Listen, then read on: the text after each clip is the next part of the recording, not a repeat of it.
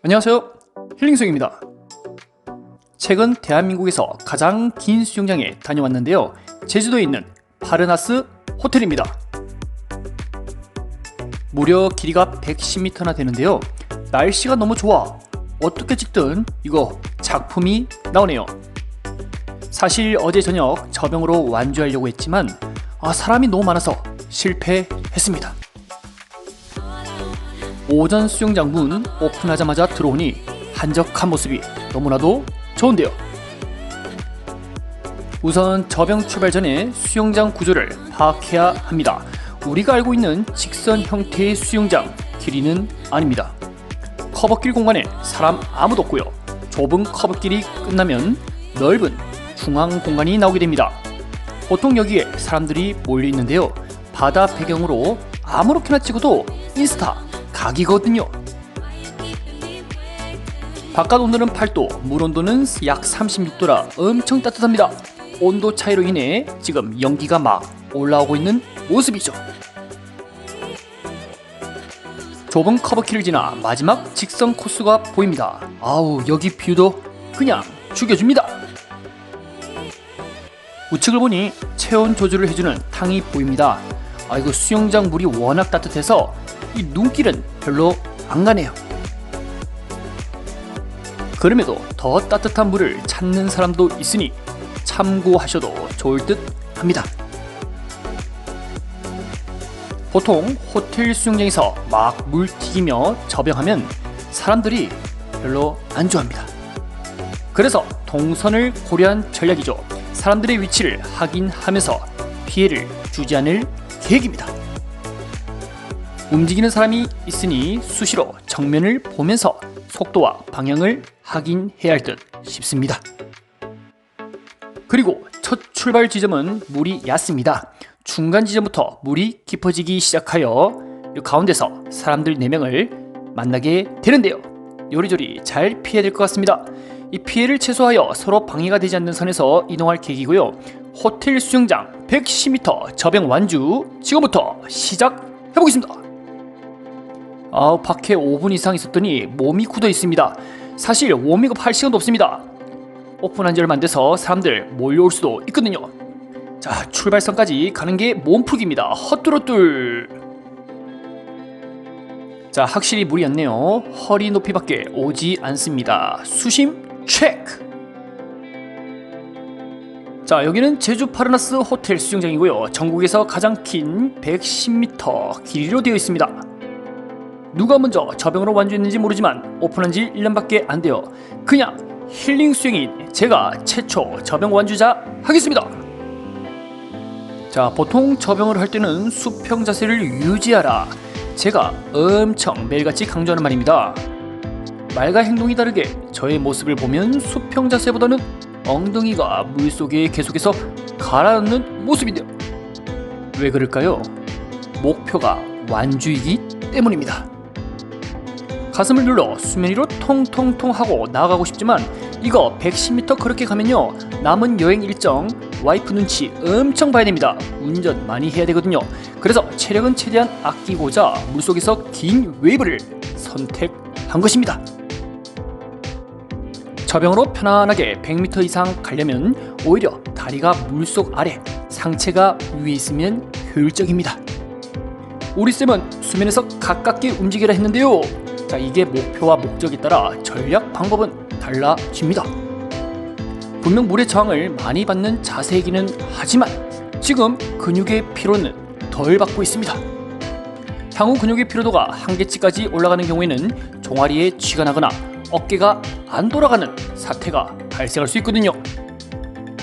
모든 것을 감안하여 페이스 조절과 동시에 가장 편안한 자세를 만들어야 합니다. 자, 수영의 정답이 어디 있겠습니까? 다양한 정답을 알고 있다면 그 중에서 가장 나은 정답을 고르면 됩니다. 문제는 정답이 하나밖에 없는 사람들이죠. 수영을 배울 때 최대한 많은 정답지를 들고 있어야 합니다. 속도를 빠르게 뜨는 수면 가까이에서 몸이 이동하게 되고 멀리 오래 가기 위해서는 자세의 변화가 또 바뀌게 되는 것이죠. 저는 수영 유튜브를 하면서도 다른 수영 유튜버들은 어떻게 영상을 만들어내는지 확인할 뿐만 아니라 그 영상에 대한 댓글, 민심도 확인합니다. 사람들이 무슨 생각을 하고 그리고 또 어떤 고민이 있는지 파악하고 있어야 좋은 컨텐츠를 또 만들어내죠. 전공이 체육학이다 보니 스포츠 경기 기능은 물론 스포츠 상업화, 사회화, 생리학, 스포츠 심리 등 다각도로 생각하고 최근에는 글도 적고 있습니다. 다른 운동 분야에 비해 유독 수영만이 자세 측면에서 엄격하다는 것을 발견할 수 있었습니다. 과연 어떤 점일까요? 왜 그럴까요? 축구와 농구 같은 경우에는 공 안 뺏기고 득점까지 성공하면 한 발 깽깽이로 뛰어도 우와 상대를 속이는 모션 굿 하고 인정합니다. 여기서 깽깽이는 거짓 깽깽이가 아니라 한 발로 뛰는 깽깽이입니다.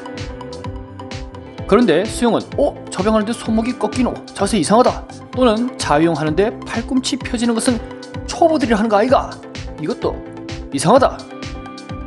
이렇게 재미있는 사실은요, 수영 선수와 수영 초보자가 접영할 때 똑같이 손목이 꺾여도 선수는 놔두고 초보자한테만 유독 엄격하게 강조하는 경우가 많습니다.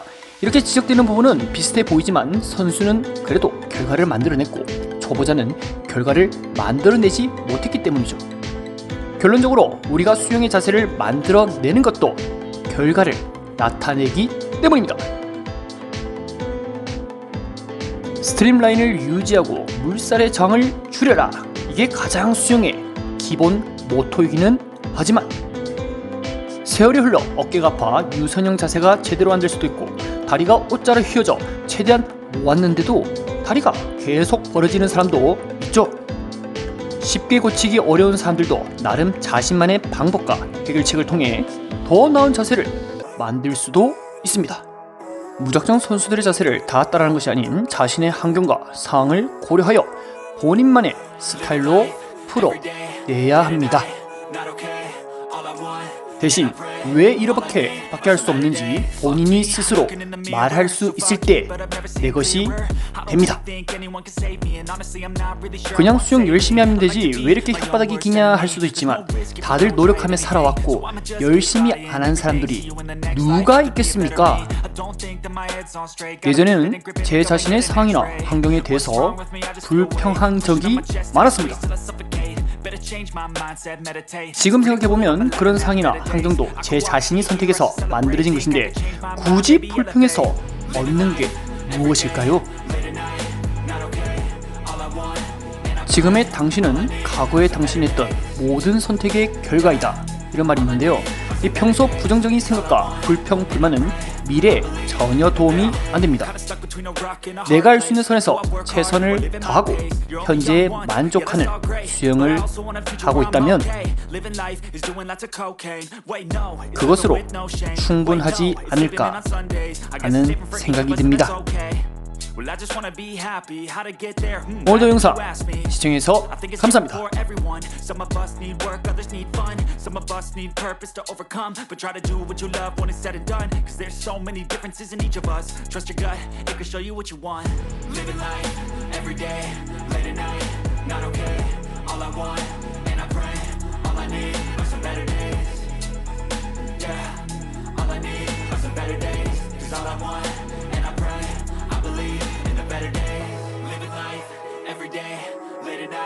Not okay, all I want, and I pray, all I need are some better days.